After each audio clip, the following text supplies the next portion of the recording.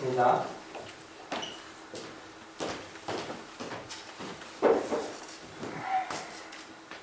안녕하세요. 안녕하세요. 김누가 목사입니다. 네, 오늘 제가 전할 말씀의 제목은 나는 부활이요 생명인입니다. 요절 말씀 25절, 26절 같이 한번 읽어보겠습니다. 시작. 예수께서 이르시되 나는 부활이요 생명이니 나를 믿는 자는 죽어도 살겠고 무릇 살아서 나를 믿는 자는 영원히 죽지 아니하리니 이것을 내가 믿느니라. 예전에 대선 후보가 TV 토론회에 나와서 국민들에게 이런 질문을 한 적이 있습니다. 국민 여러분, 살림살이 좀 나아지셨습니까? 이 우리나라 실정을 정확히 꿰뚫는 이 질문 앞에서 몇 명이나 대답했을까요? 저도 이제 오늘 메시지에 앞서서 여러분들에게 이런 질문을 한번 해보고 싶습니다. 여러분, 생명력 넘치는 삶을 살고 있습니까?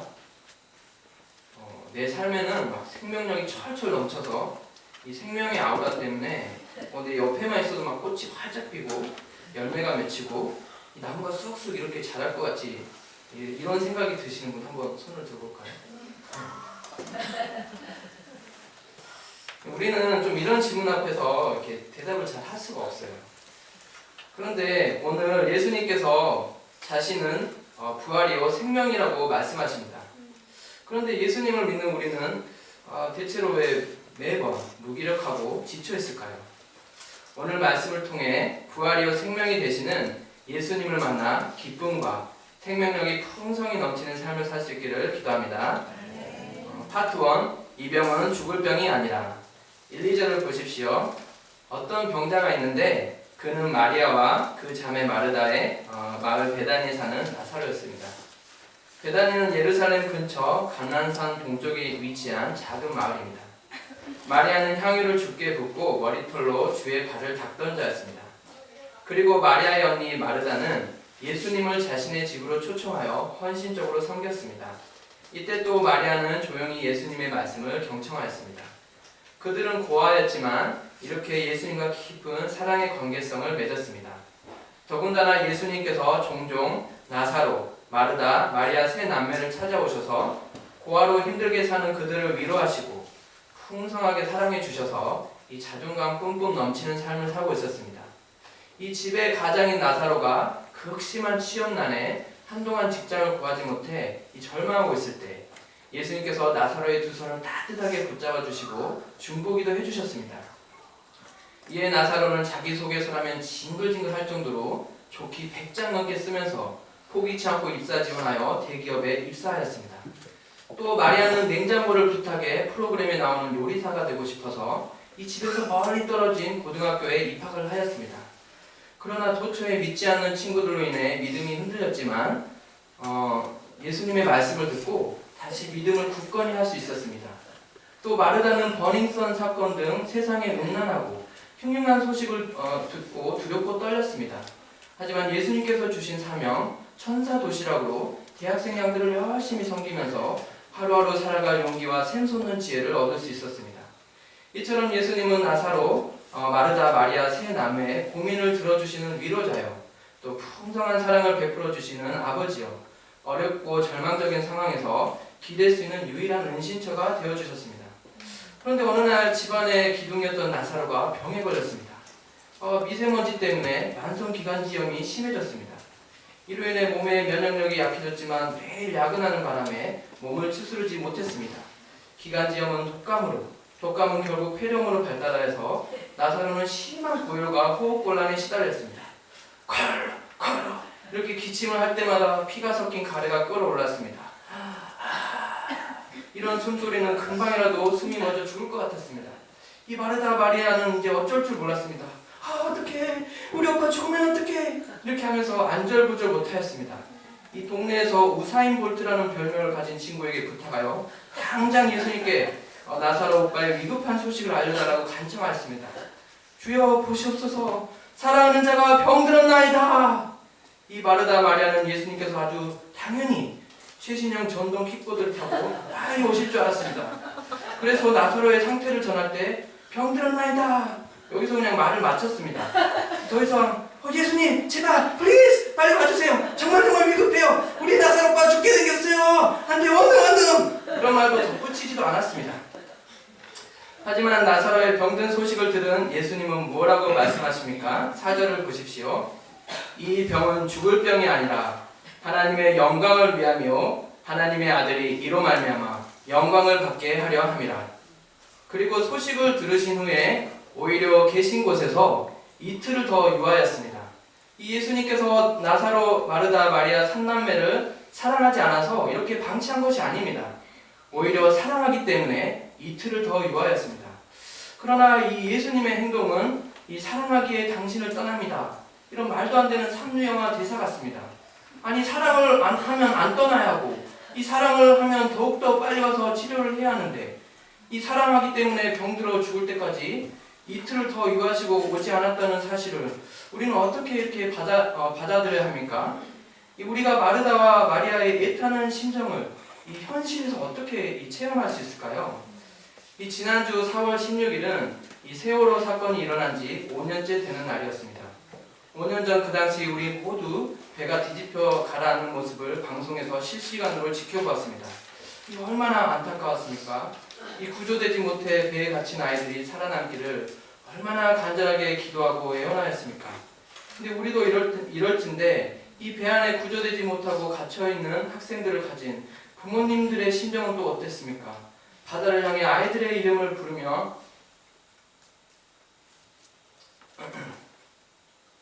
절규하는 모습들을 우리는 모두 지켜봤습니다. 이분들의 심정이 이 나사로 오빠가 죽어가는 과정을 지켜보는 이 마르다 마리아와 비슷하지 않았을까요? 차라리 예수님께서 아무런 능력이 없었다면 이 나사로의 죽음을 더 쉽게 받아들일 수도 있었을 것입니다. 차라리 예수님께서 사랑과 은혜가 풍성한 분이 아니었다면 이 예수님께 아무런 기대도 하지 않았을 것입니다. 아니, 세상에 이런 희망 고문이 어디 있습니까? 이 나사로 오빠가 죽은 사실도 받아들이기 힘들지만 이 신뢰하고 기대했던 예수님이 이 나사로 오빠가 고통 속에 죽을 때까지 이 코빼기도 비추지 않는 모습에 이 마르다, 마리아는 멘붕이 되었습니다. 하지만 예수님께서는 분명히 말씀하십니다. 다 같이 4절을 읽어보겠습니다. 시작. 이 병은 죽을 병이 아니라 하나님의 영광을 위하며 하나님의 아들이 이로 말미암아 영광을 받게 하려 함이라. 예수님께서 이틀을 더 유하고 예루살렘에 가자고 하니 이번에는 제자들이 강렬하게 반대합니다. 라피어! 방금도 유대인들이 돌로 치료했는데 또 그리러 가시려니까! 이들도 이전에 마르다 집에서 이 예수님과 함께 이 밥 한 끼 정도 얻어먹었을 텐데 그 가정을 생각해주기보다 오히려 몸을 사리면서 이 유대인들에게 돌을 맞지 않을까 걱정을 하였습니다. 이 예수님께서 마르다 마리아 집으로 바로 가지 않고 이틀을 더 유하고 계시니 이 나사로 걱정이 아주 조금은 되었지만 자신들은 돌에 맞아 죽지 않아도 되니 이 안도의 한숨을 쉬었습니다. 그런데 갑자기 이 예수님께서 또 태도를 돌변하여 이 유대로 가자니 심히 반발하였습니다. 이 예수님께서는 이런 제자들을 어떻게 설득하셨습니까? 다 같이 9절에서 10절을 읽어보겠습니다. 시작. 예수님께서 대답하시되 낮이 12시간이 아니냐. 사람이 낮에 다니면 이 세상의 빛을 본으로 실족하지 아니하고 밤에 다니면 빛이 그 사람 안에 없는 으로 실족하니라. 도대체 무슨 말입니까? 제자들도 이 예수님의 말을 이해하지 못해서 이 예수님과 대화 말미에 이 도마가 대표로 나서서 우리도 주와 함께 죽으러 가자! 이렇게 외쳤습니다. 또 일부는 더더욱 비아냥거리면서 그래 죽자, 까짓것 한 번 죽지 두 번 죽냐? 이러면서 허세를 부렸습니다. 이 예수님께서 말씀하신 낮은 하나님께서 우리 인생들에게 허락하신 삶의 시간입니다. 이 어떤 이에게는 이 시간이 길 수도 있고 어떤 이에게는 좀 짧을 수도 있습니다. 하지만 예수님께서 이 사는 동안 낮에 다녀서 빛을 보라고 이야기하십니다. 밤에 다니면 빛이 없어서 실족한다고 말씀하십니다. 아주 당연한 말씀 같습니다. 그러면 여기서 언급된 빛은 도대체 무엇입니까? 우리는 최근에 이 창세기 말씀을 시작했습니다. 이 말씀 가운데 태양과 같은 강명체를 하나님이 창조하시기 이전에 빛을 먼저 창조하셨다는 사실이 저는 무척 신비로웠습니다. 자연의 빛은 항상 태양에서 나온다고 생각을 했는데 이 태양보다 먼저 창조된 빛이 있었습니다. 목사님들도 이 사실이 좀 신비롭지 않았습니까? 네, 저는 이제 빛이 도대체 이런 이 태양빛이 아닌 빛이 무엇일까 묵상하고 있을 때 제가 고등학교 시절에 도서관에서 공부하던 때가 생각났습니다. 저는 여수 밤바다 이 노래로 유명한 이 여수에서 고등학교를 졸업하였습니다. 이 저녁 늦게 도서관에 남아서 공부할 때면 이 칠흑같이 까만 밤에 이 등대불이 환하게 바다를 비추고 있는 것을 보았습니다. 이 하나님께서 태양 이전에 창조하신 빛이 이런 빛이 아닐까라는 생각을 하였습니다. 어두운 바다에서 등대불의 빛에 따라 이 배가 안전하게 항구로 돌아오듯이 이 어둡고 악한 세상에서 하나님께 다시 돌아올 수 있도록 그 무언가 하나님께서 이 태양보다 먼저 창조한 것을 이 빛이라고 생각을 하였습니다. 우리가 하나님을 보고 이 하나님께 돌아가기 위해 필요한 빛은 결과적으로 저는 하나님의 말씀이라고 생각을 하였습니다. 왜냐하면 하나님 말씀을 읽어야 이 어두운 세상에 하나님을 볼 수 있고 또 하나님 말씀을 영접하고 믿어야 다시 하나님 아버지께 돌아갈 수 있기 때문입니다. 결과적으로 예수님의 말씀, 낮에 빛을 봐서 실족하지 않는다라는 뜻은 우리가 살아가는 동안 하나님의 생명의 말씀, 성경을 우리 인생을 인도해주는 빛으로 삼고 살아야 한다는 것입니다. 우리가 설령 말씀대로 살다가 세상에서 고난을 받고 손해를 입고 오해를 사고 미움을 당하고 심지어 죽기까지 하더라도 그것은 실족한 것이 아닙니다. 왜냐하면 설령 그럴지라도 우리는 빛을 보고 있고 또 빛이 우리의 영혼 안에 있기 때문입니다. 대신 말씀 없이 살다가 부자가 되고 더 이상 즐길 쾌락이 없어 마약을 통해 극한 쾌락을 얻고 수없이 넘쳐나는 먹방 프로그램들이 소개시켜주는 이 맛집을 찾아다니면서 산의 진미를 먹고 또 주일 예배 시간 1분 1초를 아껴 공부를 하여 서울대 의대에 들어가서 떵떵거리며 살아도 이런 삶이야말로 실족하는 인생입니다. 왜냐하면 여기에는 하나님의 말씀, 빛이 없는 밤이기 때문입니다. 이 말씀을 마치신 후에 예수님은 제자들에게 우리 친구 나사로가 잠들었으니 깨우러 가자 하면서 제자들을 설득합니다. 제자들은 주여 잠들었으면 낫겠나이다 하면서 대꾸하였습니다. 이 생명의 주관자 되시는 예수님이 보시는 죽음과 이 죽음 아래 굴복당한 삶을 사는 제자들이 보는 죽음은 차원이 다릅니다. 예수님에게는 죽음이 절대 죽음이 아닙니다. 그냥 일상적으로 잠자는 일입니다. 그래서 얼마나 친근하게 이야기합니까? 우리 친구 나사로가 잠들었으니 깨우러 가자. 정말 낮잠을 자고 있는 동네 친구를 깨워서 이 함께 놀고 싶어하는 마음 같습니다. 그러나 예수님은 하나님의 영광과 제자들을 돕기 위해 현재 상황을 제자들에게 밝히 이르십니다. 나사로가 죽었느니라. 그리고 예수님은 제자들에게 말씀하십니다. 내가 거기에 있지 아니한 것을 너희를 위하여 기뻐하노니 이는 너희로 믿게 하려 함이라. 그러나 그에게로 가자. 예수님께서 때로는 계신 곳에서 이틀을 더 유하시고 또 반대로 또 돌에 맞아 위협 앞에서도 베다니로 향하는 이유는 아주 클리어합니다.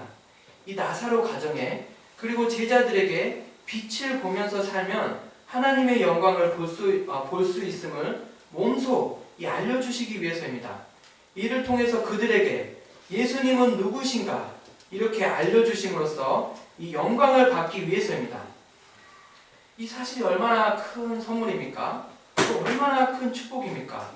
이 죽음의 상황 가운데서도 빛 가운데 살다가 예수님을 만나고 예수님을 알아가는 일이 왜 이렇게 큰 축복이 되고 우리에게 큰 선물이 되는 것입니까? 우리가 태어나서 살면서 반드시 절대로 겪어서 안 될 일이 정말 딱 하나가 있습니다. 혹시 뭔지 아세요? 정말 우리가 이거는 절대 겪어서는 안 되는 일인데 여기 모든 분들이 반드시 겪어서는 안 되는 일입니다. 그게 무엇입니까? 지옥 가는 거 아닙니까? 네, 지옥에 가는 일은 여기 그 누구도 단 한 사람도 겪어서는 절대 안 되는 일입니다.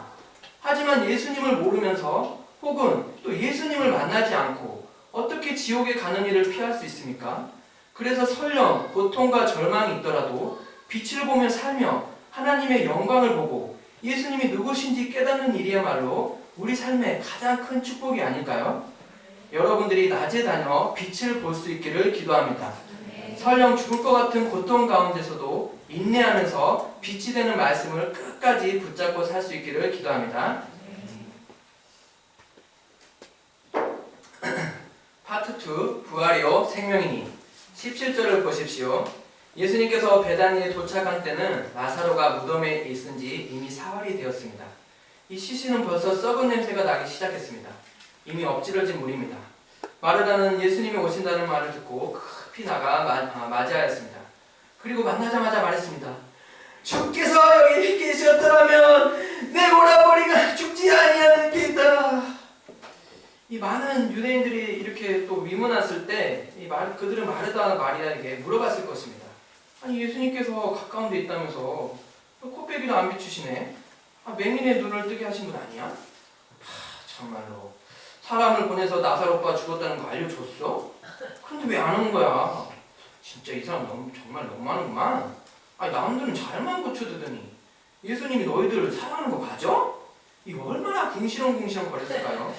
이 예수님과 단단했던 신뢰 관계에 금이 쩍쩍 가는 소리가 들렸습니다. 이 마르다 마리아 마음에 예수님에 대한 원망과 불신이 한가득 차올랐습니다.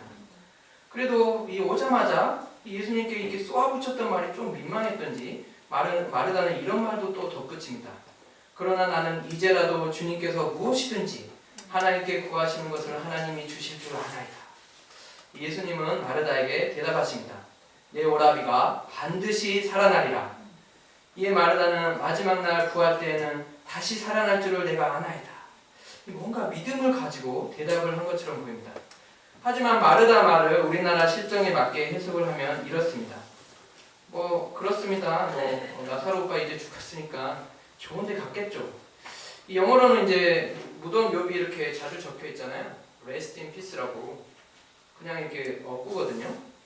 그러니까 한마디로 이제 마르다 말은 영혼이 없는 대답입니다. 그러니까 마르다의 대답을 살펴보면 딱 한 가지 빠진 것이 있습니다.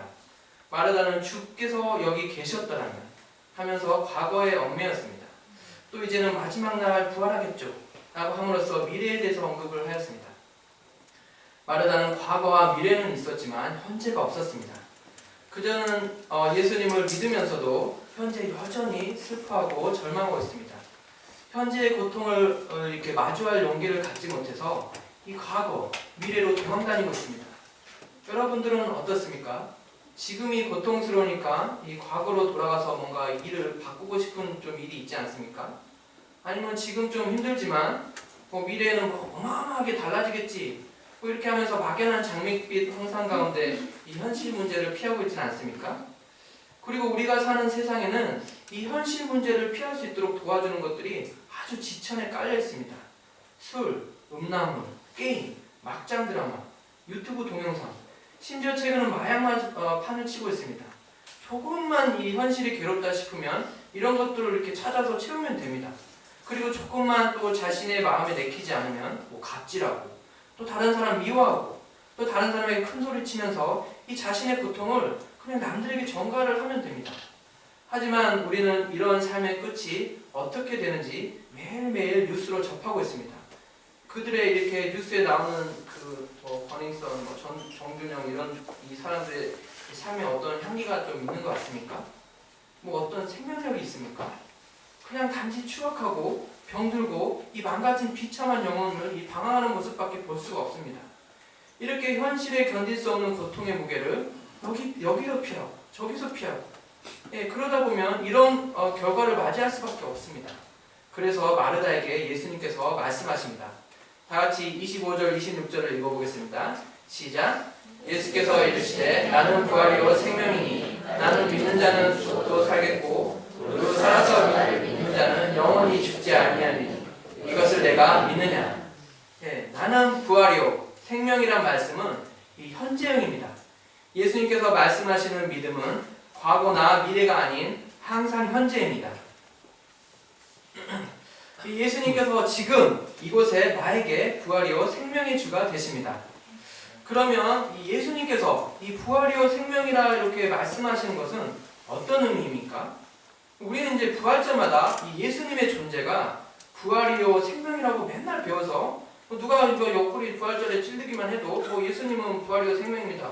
왜 이렇게 자동적으로 대답을 잘 할 수 있습니다. 그러나 이렇게 지식적으로는 알고 있지만 이 부활과 생명의 실체는 도대체 무엇입니까? 이 실체를 좀 이해를 하기 위해서 제가 예를 하나 들어보겠습니다. 이거 뭐죠, 이거? 이건 연필이에요. 왜냐면 이건 실체가 있기 때문에 우리가 이제 금방 무엇인지 파악을 할 수 있습니다. 그러나 뭐 사랑, 은혜, 이 하나님의 영광, 믿음 이런 이제 추상명사들은 실체가 없어서 도대체 이게 뭘 의미하는지 파악하기가 어려울 때가 많습니다. 그래서 이제 추상명사의 실체를 파악하기 위해서 때로는 우리는 우리의 경험을 의지한다. 저 같은 경우는 사랑이란 단어의 이제 실체를 알기 위해서 사랑하는 가족, 사랑하는 축구 이런 거를 떠올립니다. 이처럼 저는 예수님은 부활이요 생명이다. 이 실체가 이제 궁금해서 여기 조금 더 이제 가까이 가보자 이 한 여성을 인터뷰하였습니다. 저는 그녀에게 내가 왜 부활절 메시지 섬기게 됐을까? 이렇게 물어봤을 때 그 여성은 아직도 안 죽어서 그러지. 이번엔 좀 잘 죽어봐요. 되게 쿨하게 대답해 줬습니다. 이제 그녀의 이제 대답을 통해서 이 부활의 실체에는 반드시 부활은 뭔가 죽음과 연관이 있다는 것을 알게 되었습니다. 그러면 도대체 제가 살면서 죽고 싶었던 때가 언제였던가? 이 살고 싶은 마음이 없었을 때가 언제였던가? 인생의 몇몇 변곡점들이 생각이 났습니다. 중고등학교 때 뚱뚱하고 키가 자라지 않아서 열등감이 심할 때, 또 예수님께 그렇게 의사가 되어달라고 기도를 했는데 이 대입수능에 처참하게 망쳐서 의사의 꿈을 접었을 때, 미국에서 대학을 졸업하고 마치고 한국에 귀국하였지만 다시 미국 선교사로 살고 싶어서 미국에 있는 대학원 수십 건에 지원했는데 이 모조리 다 떨어졌을 때, 나이가 40이 넘었는데 대학원 졸업도 못하고 작은 집에 차도 없이 이 구차하게 살고 있는 것처럼 느껴질 때, 이럴 때 저는 참 이렇게 마음이 힘들고 죽고 싶은 마음이 들었습니다. 그러면 반대로 이렇게 죽고 싶은 순간을 어떻게 나는 벗어나게 되었는가? 저는 지금도 여전히 뚱뚱하고 키도 작고 이제는 이제 머리까지 대머리가 되었습니다. 하지만 저는 이제 매우 높은 자존감에서 살고 있는데요. 이제 비결은 다음과 같습니다. 이제 제 자신을 못 박는 십자가 메시지를 한 번도 아니고 이제 2번 전한 후에 이 조혜 목자님을 만나 믿음의 결혼을 하여 이 성공한 인생을 살게 되니 그 키 작고 뚱뚱하고 머리까지는 열등감이 자연스레 이렇게 사라졌습니다. 왜냐면 이제 제가 다른 여자에게 잘 보일 하등의 이유가 없어요. 오직 조혜 목자님한테만 이제 잘 보면 되는데 조혜 목자님 아주 저를 이제 냉정하게 잘 봐주기 때문에 저는 이제 열등감에 사로잡힐 이유가 이제 없어졌습니다. 또 대입 실패 후에 예수님께서 기도를 안 들어주셨다고 생각하고 예수님을 미워하고 원망하고 불신하면서 허랑방탕하게 살았습니다. 죽고 싶어서 술, 담배, 세상 친구, 음란물에 푹 빠져 살았지만 이 저의 공허한 마음을 채울 수가 없었습니다. 이럴 때 노이사야 선교사님과 성경 말씀 공부를 하면서 회복이 되었습니다. 더군다나 여름 수양회 때 주는 그리스도시요 살아계신 하나님의 아들이십니다. 이 고백을 하면서 주님을 제 인생의 주인 삼고자 결단하니 이 죽고 싶다는 마음이 또 사라졌습니다. 대학원 또 미국 대학원 진학에 모조리 떨어졌을 때 이 2번의 수양회를 통해 이 요셉 이야기, 선하신 하나님, 또 모세 이야기, 갈대상자 메시지를 전하면서 또 죽고 싶다는 마음을 돌이켜서 회개를 할 수 있었습니다. 이렇게 제가 죽음의 그림자에 심히 눌려있을 때 저를 구원해 주신 예수님이야말로 제 삶의 부활이요 생명이십니다. 이 생명의 말씀이야말로 제 인생의 부활이자 생명입니다. 저는 예수님이 없었다면 아마 이 세상 사람이 아닐 수 있습니다. 허랑방탕하게 살다가 병에 걸렸을지, 아니면 고통의 무게를 도저히 견딜 수 없어 스스로 목숨을 끊었을지, 예수님은 제가 죽음의 골짜기에서 절망할 때 구해주는 데서 멈추지 않으셨습니다. 예수님께서는 제 허물과 죄로 인하여 대신 십자가에서 죽으셨습니다. 예수님께서는 죄가 없으신데도 저로 인해 대신 십자가에 죽으시고 저에게 영원한 생명을 허락해 주셨습니다. 저는 아주 이기적이고 세상 정욕적이고 어린아이 같고 의외로 또 신경이 예민해서 이 길거리에서 담배 피우는 사람, 이 버스 탈 때 끼어드는 사람, 저에 대해서 뒷담하는 사람들은 잘 용서를 못합니다. 또 미워하고 어쨌든 이제 복수까지 하려 합니다. 이런 마음들이 하나님 아버지 보시기에 얼마나 악한지 이 성령님을 통해 매번 알려주셨습니다. 그래서 제가 이런 죄 앞에서 나를 십자가에서 다시 못 박으면서 회개하여서 하나님께 돌아갈 수 있도록 예수님께서 길을 열어주셨습니다. 더 나아가 양을 섬기는 목자로, JBF 메신저로, 집화장으로, 세아의 아빠로, 미국 선교사를 꿈꾸는 자로 은혜로운 사명을 통해 제 생명과 인격을 풍성하게 자라게 해주셨습니다. 저에게 부활이 되시고 생명이 되시는 예수님께 감사와 찬양을 드립니다. 저를 죽음의 절망에서 매번 구원해 주시고 생명력 넘치는 삶으로 인도해 주신 나의 주님을 사랑합니다. 예수님은 백누가의 부활이요 생명이십니다. 여러분들은 어떻습니까? 여러분들도 삶의 의미를 목적을 잃어버리고 이 절망 가운데 무기력하게 혹은 더 이상 살고 싶은 마음도 없이 살아간 적은 없습니까? 아니면 지금 현재 그런 무기력한 삶을 살고 있지는 않습니까? 그렇다면 지금이야말로 부활이요 생명이신 예수님을 만날 수 있는 절호의 찬스입니다. 부활이요 생명이 되신 예수님을 만나 죽음의 그림자를 걷어낼 수 있기를 기도합니다. 제가 하나 준비를 했는데요. 여기다 이제 동그라미에다가 목자님들 이름 한번 넣어서 한번 외쳐볼까요? 시작! 예수님은 백누가의 부활이요 생명이십니다. 네, 여러분들이 부활이요 생명이 되신 예수님을 만나 이 생명력이 풍성하게 넘치는 삶을 살 수 있기를 기도합니다. 그러면 도대체 우리는 이 부활 생명을 어떻게 받을 수 있습니까? 예수님은 나를 믿는 자는 죽어도 사신다 하셨고 나를 믿는 자는 영원히 죽지 아니한다고 하였습니다. 우리는 부활이요 생명이신 예수님을 믿음으로 이 생명을 받을 수 있습니다. 이것은 믿음의 능력을 말해줍니다. 이 마르다는 여기저기서 들은 말씀은 참 많았습니다. 그래서 그녀는 예수님 앞에서 하나님이 주실 줄 아나이다, 다시 살아날 줄을 내가 아나이다 또 말했습니다. 또 예수님께서 이것을 내가 믿느냐 물어봤을 때 뜬금없이 맥락도 맞지 않게 주는 그리스도시요 세상에 오시는 하나님의 아들이신 줄 내가 믿나이다 라고 답했습니다. 이 마르다의 신병을 바탕으로 재해석을 해보면 그래요, 내가 예수님 누군지 잘 알고 있고 지금 믿고 있고 그러니까 더 이상 믿네 마네 물어보지 마세요. 예수님 늦게 와서 나사로가 죽었는데 또 여기 또 성경 공부하고 있어요. 저희 이제 더 이상 할 말 없으니까 마리아나 좀 불러올게요. 이런 말을 하는 겁니다. 이 마르다는 예수님의 말씀을 잘 듣고 반응하여 믿기보다 이제껏 어디서 주소들은 들었던 성경 말씀을 의미 없이 내뱉고 있었습니다. 이렇게 아는 것으로만으로 예수님의 부활의 생명을 얻을 수 없습니다. 그러나 예수님께서는 이 마르다가 부활신앙을 갖도록 분명히 질문을 하셨습니다. 이것을 내가 믿느냐? 다같이 28절을 보겠습니다. 마르다는 이제 자기 할 말만 급하게 한 다음에 이 마리아한테 가서 예수님께서 찾으신다고 알려주었습니다. 그러자 마리아는 급히 일어나 마을에 계신 예수님께 나아가 그 발 앞에 엎드리면서 이 마르다가 처음에 예수님께 했던 말과 이 토시 하나도 틀리지 않는 똑같은 원망의 말을 내뱉었습니다. 주께서 여기 계셨더라면 내 오라버니가 죽지 아니하였겠나이다. 그러자 예수님께서는 마리아와 함께 온 유대인들이 우는 것을 보시고 심령에 비통히 여기시며 불쌍히 여기셨습니다. 그리고 나사로가 어디 있는지 물어보신 후에 눈물을 흘리셨습니다. 도대체 예수님께서 왜 우시는 겁니까? 이 예수님께서 흘리신 눈물은 부활이요 생명이신 주님이 앞에 계신데도 여전히 죽음의 세력으로 인해 고통하고 있는 사람들에 대해 이 불신에 대해 안타까워하시는 눈물이었습니다. 죽음 앞에서 한없이 연약하고 슬퍼할 수밖에 없는 인생들에 대한 사랑과 동정의 눈물입니다. 우리는 이 사실을 반드시 알아야 됩니다. 우리가 부활이요 생명이신 예수님을 믿지 못할 때 예수님은 애통히 여기십니다. 우리가 부활이요 생명이신 예수님 앞에서 이 예수님을 믿지 못해 불평과 원망과 이 불신을 쏟아낼 때 예수님은 눈물을 흘리십니다. 우리가 죽음과 절망 앞에서도 이 부활 믿음을 덧입어 애통해 하시는 예수님께 큰 힘이 되어드릴 수 있기를 기도합니다. 이 예수님의 눈물을 닦는 자가 될 수 있기를 기도합니다. 좀 길죠? 이게 복음이 너무 길어가지고 물 좀 마시고 할게요. 네, 다같이 38절을 보겠습니다.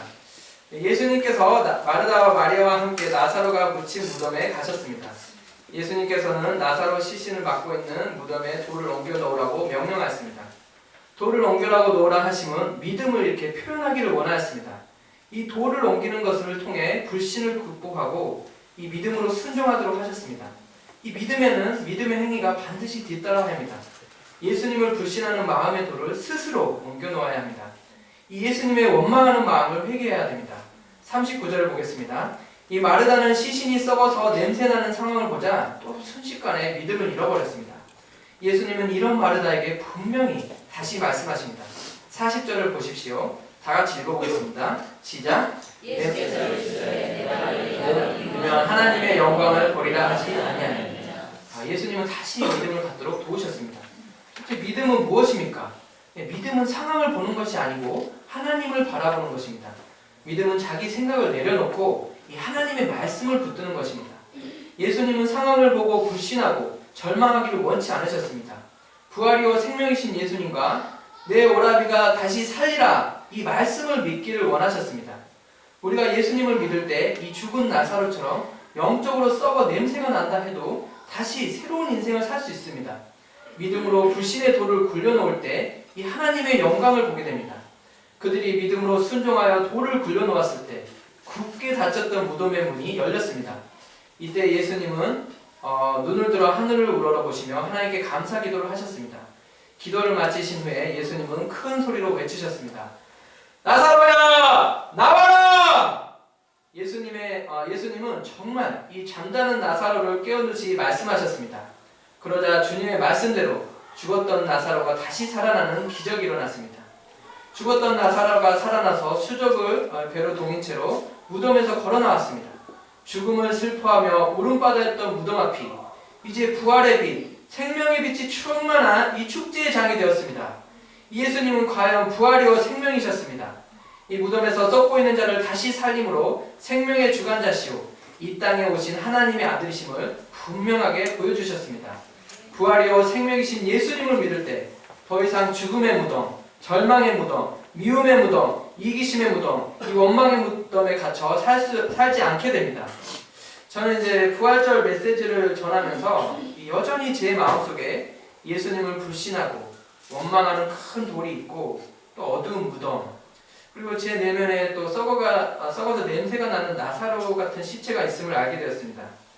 이전에 저는 이번 주에는 부활절을 이렇게 같이 JBF 아이들하고 같이 예배를 드려서 메시지를 전하지 않으니까 부활절 메시지를 좀 들어봐야겠군 이런 느긋한 마음을 가졌습니다. JBF를 안 섬기고 또 이제 11시에 예배를 드리니 나는 얼마나 복된가 이런 소리를 치면서 놀부랄라 하고 있었습니다. 그런데 난데없이 저번 주 평신도 성경 공부에 참석했을 때 부활절 메시지를 섬기라고 보금 목사님이 이제 얘기를 하셨습니다. 아니 이거 너무하지 않습니까? 라는 목소리가 이제 목구멍까지 들어가. 보금 목사님께서는 부활절 메시지를 세우려고 기도를 하시고 또 평신도 말씀 공부에 참석하는 두 분 목자님 가운데 한 명을 세우고자 했는데 그날 딱 저만 참석해서 빠져나갈 구멍이 없게 되었습니다. 원래 부활절 말씀 공부하기 전주에 제가 원래 성경 공부 말씀 공부 차렸는데요. 그주에 저는 이제 아이들하고 봄나들이 좀 가려고 이렇게 말씀 한 주 늦췄어요. 근데 또 그주에 집합 서빙이 있어서 뭐 아이들하고 봄나들이도 못 가고 또 한 주 늦추는 바람에 부활절 말씀 공부에 참석하여서 이 메신저가 되어버렸습니다. 또 말씀 공부 가운데 제가 이제 박사 과정이 한 학기 늦춰졌는데요. 이 예수님께서 이틀을 요하고 지체하니 좀 비슷하네. 라인이 이렇게 좀 맞아 떨어지니까 저희가 이제 할 말이 없게 되었습니다. 어쩔 수 없이 목자님 좀 다른 목자님 좀 알아보시고 정 없으면 제가 해야죠. 그래서 좀 쓴 뿌리를 가지고 이렇게 두세 명 좀 후보군 찾아서 물어봐 주세요. 보금 목자님 이제 충규 목자님 생각하고 전화를 하셨지만 충규 목자님은 등산을 하시면서 이 창세기 말씀을 묵상하는 것 같았습니다. 이런저런 이제 상황들이 이제 저를 계속 가르치고 있어서 이제 마음 이제 못해 이제 메시지 전하겠다 생각을 했는데 이 마음에 이게 툴툴거림이 사라지지 않았습니다. 저도 이제 3년 정도 JBF 메시지를 전하고 나니까 이제 할 말도 다 떨어지고 이제 메시지 전하고 나면 내 존재는 사라지고 껍데기만 남은 것 같았습니다. 또 한 학기 늦게 졸업하는 바람에 까칠한 포닥에게 또 시달려야 되는데 이렇게 자존심 내려놓고 살기도 싫고 또 새 아들들은 점점 커가서 뛰놀고 집도 좁은데 답답하고 막내 누가는 맨날 매달려서 찡찡대고 몸 여기저기가 쑤시고 피곤하니까 이제 마음에는 예수님에 대한 불만이 쌓여만 갔습니다. 또 축구장에서 뜻대로 경기가 풀리지 않아서 심판 보는 복음 목자님에게 혈기를 또 부리고 큰 소리도 쳤습니다. 이런 제 마음 이제 깊은 곳을 살펴보니까 이 졸업을 한 학기 늦추신 주님에 대한 원망이 또 스멀스멀 자리 잡고 있었습니다. 이 주권을 받아들이기 싫어서 또 주님을 향해 이 황소처럼 내다름질을 하려고 준비를 하고 있었습니다. 이 더군다나 이런저런 교회 일을 뭐 많이 섬긴다고 해서 이렇게 마음이 또 심히 높아져 있었습니다. 이 동역자인 조현 목자님은 제게 뭐 냉정하게 제가 어떤 사람인지 이렇게 종종 얘기를 해줘도 이제 마음이 높아졌으니까 잘 받아들이지도 않고 이 현실을 부정하였습니다. 뭔가 나는 대단한 헌신을 하는 것 같은데 제 삶에 아무런 보상이 없어서 맨날 소처럼 일만 하는 것 같아서 이 삶의 기쁨과 생명력이 없이 하루하루 꾸역꾸역 살아가는데 마음이 분주하였습니다. 이 현실의 스트레스와 피로를 쌓일 때 이것을 부활이요 생명이 되신 예수님 안에서 해결하고 이 위로를 받기보다 이 동역자인 조현 목자님과 아이들에게 큰 소리를 치면서 이 집에서 왕처럼 군림을 하였습니다. 주님의 말씀으로 위로를 받으려 하지 않고 이 세상의 악하고 음란한 뉴스에 흥미를 갖고 잔재를 찾고 있었습니다. 제가 이런 죄 앞에서 저의 불신의 돌, 이 원망의 무덤을 없애기를 기도합니다. 백누가야 나오너라! 이 말씀을 제가 들을 수 있기를 기도합니다. 이 현재 제 삶에 부활이요 생명 되신 예수님을 영접할 수 있기를 기도합니다. 현실의 고통을 부인하고 회피하지 않고 부활이요 생명인 말씀을 붙잡고 예수님과 친밀한 기도 시간을 누릴 수 있기를 기도합니다. 그래서 저도 예수님께서 주신 이 생명의 아우라로 제 옆에 자라는 꽃도 피우고 열매도 맺고 이 나무도 쑥쑥 자라게 하는 그런 목자의 삶을 살 수 있기를 기도합니다. 맺음만 하겠습니다. 이 서론에서 언급했던 질문을 다시 해보겠습니다. 여러분들 삶에 생명력이 넘치십니까? 대답을 다시 처음부터 다시 전할까요? 이거 엄청 긴데. 다시 한번 물어볼게요. 여러분들 삶에 생명력이 넘치십니까? 네. 그럼 이거 한번 다시 한번 외쳐보겠습니다. 시작. 예수님은 백누가의 부활이요 생명이십니다. 지금 당장 부활이요 생명 되신 예수님을 만날 수 있기를 기도합니다. 현실의 고통, 죽음의 고통, 어둡고 썩어가는 내면을 싹 걷어주시고 찬란한 빛과 영광스러운 부활과 풍성한 생명과 주체할 수 없는 기쁨을 주시는 부활이요 생명 되신 예수님을 믿음으로 영접할 수 있기를 기도합니다. 기도하겠습니다. 거룩하시고 살아계신 하나님 아버지, 또 부활이요 생명이신 예수님을 주셔서 저희가 이 현실의 고통과 또 죽음의 또 여러 가지 그림자에 눌려 살지 않고 또 밝고 생명력 넘치는 삶을 살 수 있도록 인도해 주셔서 감사합니다. 저희가 부활이요 생명이신 예수님을 또 믿음으로 영접하고 또 믿음의 행위를 또 드림으로써 또 생명력 넘치는 삶을 풍성히 살 수 있기를 기도합니다. 예수님의 이름으로 기도하였습니다.